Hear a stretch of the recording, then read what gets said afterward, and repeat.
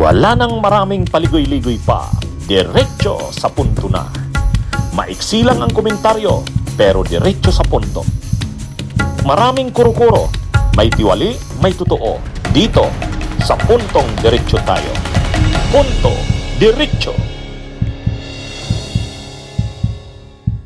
Para kay Senator Marcoleta, politically motivated ang mga kasong isinampa laban sa kanya. So, hindi niyo maiaalis sa akin na maisip ko talaga na itong nangyari sa akin dahil was politically motivated. Hindi, sa totoo lang mga kabunyog, yan yung ginagawa nitong mga DDS ngayon. Nagtatago na naman sila sa political prisoners daw siya. Plunderers kayo. Criminal prisoners. O ito, si Cayetano, si Alan Peter Cayetano, susunod na ito. Kaya itong si Alan, nag-deliver ng kanyang kontrasona. Ha? I believe that Senator Bato is fleeing unjustly because he cannot get justice. I believe Senator Jinggoy and Senator Marcoleta are political prisoners. Alam nyo, ikaw Alan Peter Cayetano, wag mo nang problemahin si Bato. Wag mo nang problemahin si Marcoleta at si Mike ay si Jinggoy Estrada. Problemahin mo ang sarili mo. Kung makapagsalita kahapon si Alan Peter Cayetano, nag-deliver ng kanyang kontrasona, pinagtatanggol niya si Bato, pinagtatanggol niya si Marcoleta, pinagtatanggol niya si Jinggoy. Politically motivated daw ang kaso ni Jinggoy at saka ni Marcoleta. Si Bato naman daw, wala daw kasi makukuhang hustisya kaya nagtago na lang. Huwag mo nang problemahin yon, Alan Cayetano. Problemahin mo sarili mo. Ikaw din mismo sa susunod, ikaw nang makukulong. Bago mo sila, huwag mo na silang problemahin. Ikaw ay may problema rin na sarili mo. O di ba ganun ang nangyari kay Marcoleta noon?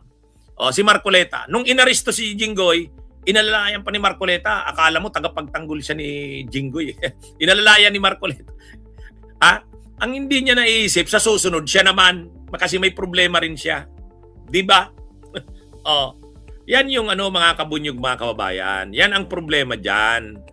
Itong sila Cayetano, si Cayetano kahapon, nagmamalasakit siya kay Bato.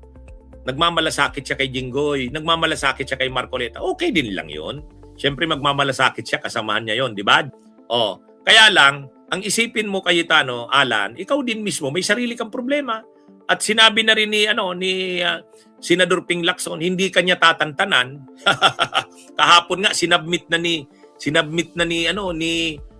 Senador Ping Lacson yung mga ebidensyang hawak niya, yung listahan ng mga testigo. Sinubmit na sa ombudsman. Ayaw na, sabi ni Senador Ping Lacson, wag na tayo mag-imbestiga sa Blue Ribbon. Diretso na sa ombudsman para may kaso na kaagad. Pag nag-imbestiga pa tayo sa Blue Ribbon, hahaba pa yan. Mayroon na rin lang namang mga ebidensya at testigo. Di ba? Kaya itong si Alan Peter Cayetano, kahapon, nagkukomentaryo siya. Naaawa daw siya kay Senador Bato kasi ayaw daw naman din noon magtago. Kaya lang nagtago daw kasi walang hustisyang makukuha. Sumunod, si Marcoleta daw at saka si Jinggoy Estrada, mga political prisoners daw yan. Huwag mo na silang pakialaman. Alan Peter Cayetano, problemahin mo ang sarili mo. Sabi ni Senador Ping Lacson, hindi kanya tatantanan eh. At talagang makita mo naman, seryoso. Seryoso talaga si Senador Ping Lacson.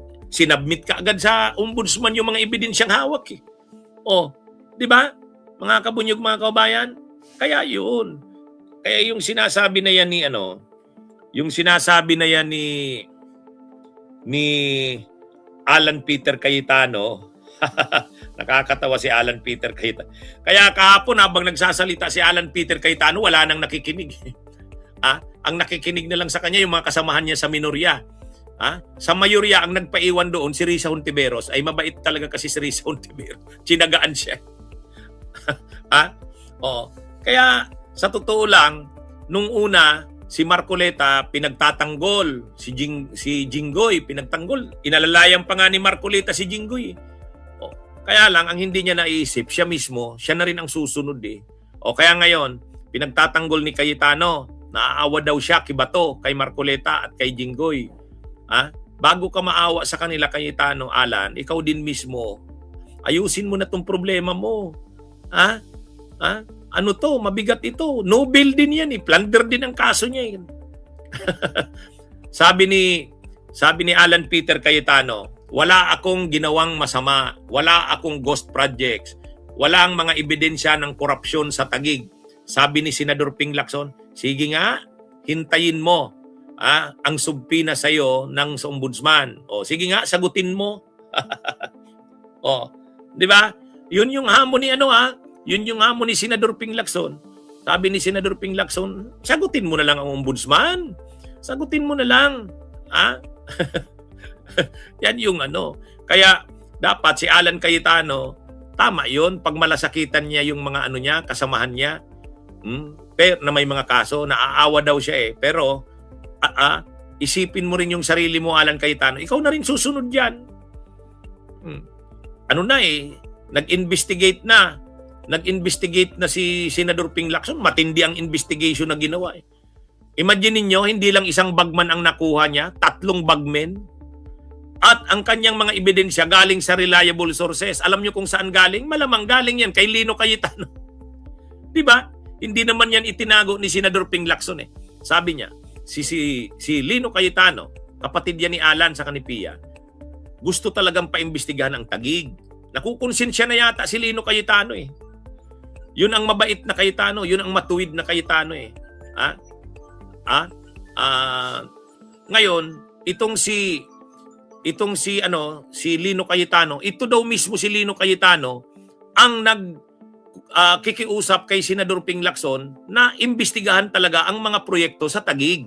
Ibig sabihin, yung kapatid nila Alan at Pia, itong si Lino Cayetano, matuwid na Cayetano, nakukonsensya na. So ito na yata ang nagbibigay ng mga information kay Senador Ping Lacson. Kasi ang mga testigo daw at saka ebidensyang hawak ni Senador Ping Lacson matitindi. From reliable sources. Sino ba ang nakakaalam ng pinagagawa ng mga Cayetano sa Taguig? O Cayetano mismo, o kaya lang nakonsensya na yata si Lino. O pinoprovide na ngayon, ginaguide ni Lino Cayetano yung mga investigador. Ito, imbestigahan nyo to. Ito, kausapin nyo to, maraming alam yan. O yan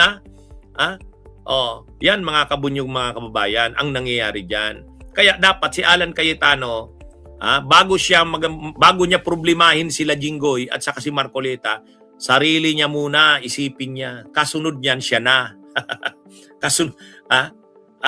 Akala niya kasi nalusutan niya ang lahat. Panahon ni Duterte, nakalusot siya kasi Duterte hindi Sabi ni Senador Ping Lacson, ang korupsyon sa mga proyekto sa infrastructure ng Bulacan ay pareho ng korupsyon sa Taguig. Grabe, Ibig sabihin, ang alam natin yung ditong nakaraang mga investigasyon, Bulacan ang napupukusan natin. Ito pala, sabi ni Senador Ping Lacson, ganyan din ang nangyari sa Taguig. Ganyan din ang nangyari sa Taguig. O yan, mga kabunyog, mga kababayan. Kaya, kunwari, si Cayetano, hindi niya pinapansin yung sarili niyang problema. Tinutulungan, pinaglalaban niya si Marcoleta, si Bato at si Jinggoy Estrada. Hindi. Siya mismo may sariling problema, di ba? Okay, mga kabunyog, mga kababayan, magandang araw po sa inyong lahat. Mabuhay po tayo. Bunyog, halikan na kasama ka. Bunyog, kapag buklod ay may pag-asa. Luzon, Visayas, Mindanao, isa ang pananaw. Sa bagong Pilipinas ang bunyog isisigaw. Bunyog.